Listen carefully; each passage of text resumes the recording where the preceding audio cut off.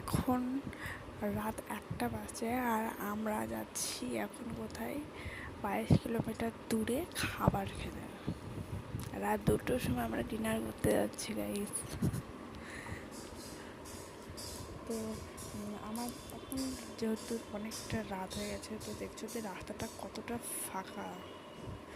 তো দেখছো আমরা চলে এসেছি এখানে পাপ্পু ধাবাতে। তো আমরা পৌঁছে গেছি এখানে। তো এবার আমরা খাবারটা অর্ডার করে দেবো। এখন আমার সাথে আমার হাজব্যান্ডও এসেছে।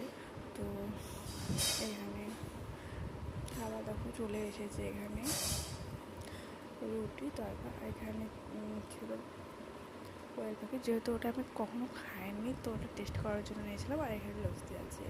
এগুলো খেতে অনেকটাই টেস্টি ছিল। তো আমরা খাওয়া দাওয়া করে চলে এসেছি। এখন দেখো 1টা বেজে গেছে।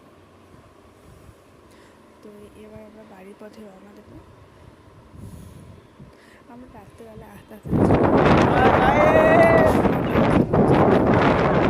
আমরা রাত 2টো বাজে, এখন আমরা কোথায় আছি?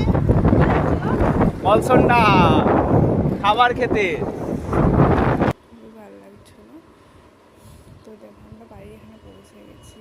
এই রাস্তাটা ফাঁকা, আমি বাড়িতে ঢুকে পেরেছি। তো এখন রাত 2:30 বাজছে।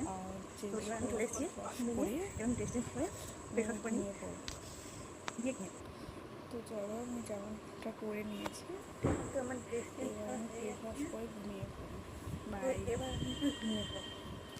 এখন 2:30 বাজছে।